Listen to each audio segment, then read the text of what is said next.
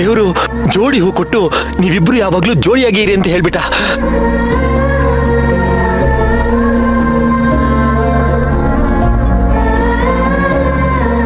ಸೀರೆ ಹೇಗಿದೆ?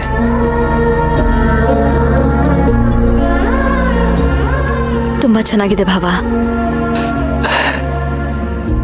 ಇದನ್ನ ನಾನೇ ಸೆಲೆಕ್ಟ್ ಮಾಡಿದ್ದು ಗೊತ್ತಾ? ಅಮ್ಮನ ಹತ್ರನೂ ಇದೇ ತರ ಸೀರೆ ಇತ್ತು. ನೀವಿದನ್ನ ಉಟ್ಕೊಂಡ್ರೆ ಅಮ್ಮನ ತರನೇ ಕಾಣಿಸ್ತೀರಾ. ನೀನು ಹೀಗೆಲ್ಲ ಅಳಬಾರ್ದು ಲಿಲಿ. ನೀ ನನ್ ಬಂಗಾರ ಅಲ್ವಾ? ನಿಮ್ಮನ್ನ ತುಂಬಾ ಮಿಸ್ ಮಾಡ್ಕೋತಾ ಇದ್ದೀನಿ ಅಜ್ಜಿ.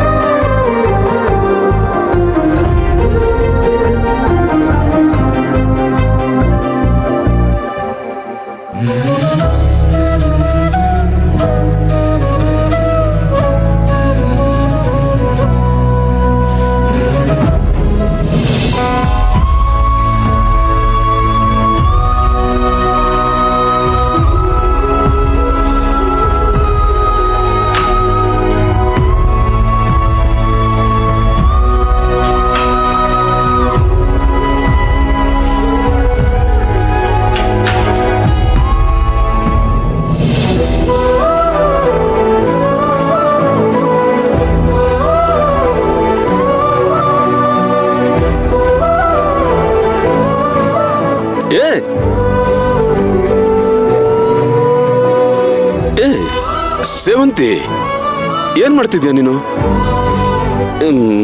ಕೆಲಸದವಳು ಬರ್ತಾಳೆ, ಅವಳಿಗೆ ಸಂಬಳ ಕೊಡ್ತೀನಿ, ಅದಕ್ಕೋಸ್ಕರ ನೀ ಬಾ ಇಲ್ಲಿ.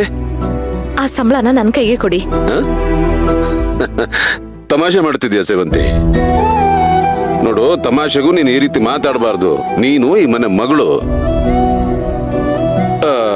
ಮಗಳಿದ್ದ ಹಾಗೆ. ಮನೆ ಮಗಳು ಹೇಗಿರ್ಬೇಕು ಹಾಗಿದ್ರೇನೆ ಲಕ್ಷಣ ಅಲ್ವಾ? ಅವಳು ಏನೇನ್ ಕೆಲಸ ಮಾಡೋದಕ್ಕೆ ಒಪ್ಕೊಂಡಿದ್ಲು? ಮನೆ ಗುಡ್ಸೋದು, ಸಾರ್ಸೋದು, ಪಾತ್ರೆ ತೊಳೆಯೋದು. ಬಟ್ಟೆ ಹೇಗೆ ಒಗಿತಾ ಇದ್ಲು? ಕೈಲಿ ಒಗಿತಿದ್ಲಾ ಅಥವಾ ಮಷಿನ್ಗೆ ಹಾಕ್ತಿದ್ಲಾ? ವ್ಯತ್ಯಾಸ ಏನೂ ಇಲ್ಲ. ಅದಕ್ಕೆ ನಾನೇ ಮಾಡ್ತೀನಿ. ಜೊತೆಗೆ ಅಡ್ಗೆ ಕೆಲ್ಸಕ್ಕೆ ನಿಮ್ಗೆ ಏನಾದ್ರೂ ಸಹಾಯ ಮಾಡ್ತಿದ್ಲಾ? ಬಿಡಿ, ಅದನ್ನ ತಿಳ್ಕೊಳ್ಳೋ ಅಗತ್ಯ ಕೂಡ ನನಗಿಲ್ಲ. ನಾನು ಆಲ್ರೆಡಿ ಕಿಚನ್ ಆಕ್ಯುಪೈ ಮಾಡಿದ್ದೀನಿ. ಇನ್ನು 2 ನಿಮಿಷದಲ್ಲಿ ನಿಮಗೆ ಬಿಸಿ ಬಿಸಿ ಕಾಫಿನೂ ಬರುತ್ತೆ. ಪೇಪರ್ ಟೀಪೈ ಮೇಲಿದೆ, ಓದ್ತಾ ಕೂತಿರಿ. ಕಾಫಿ ಕುಡಿತಾ ಸಂಬಳ ಮಾತಾಡೋಣ.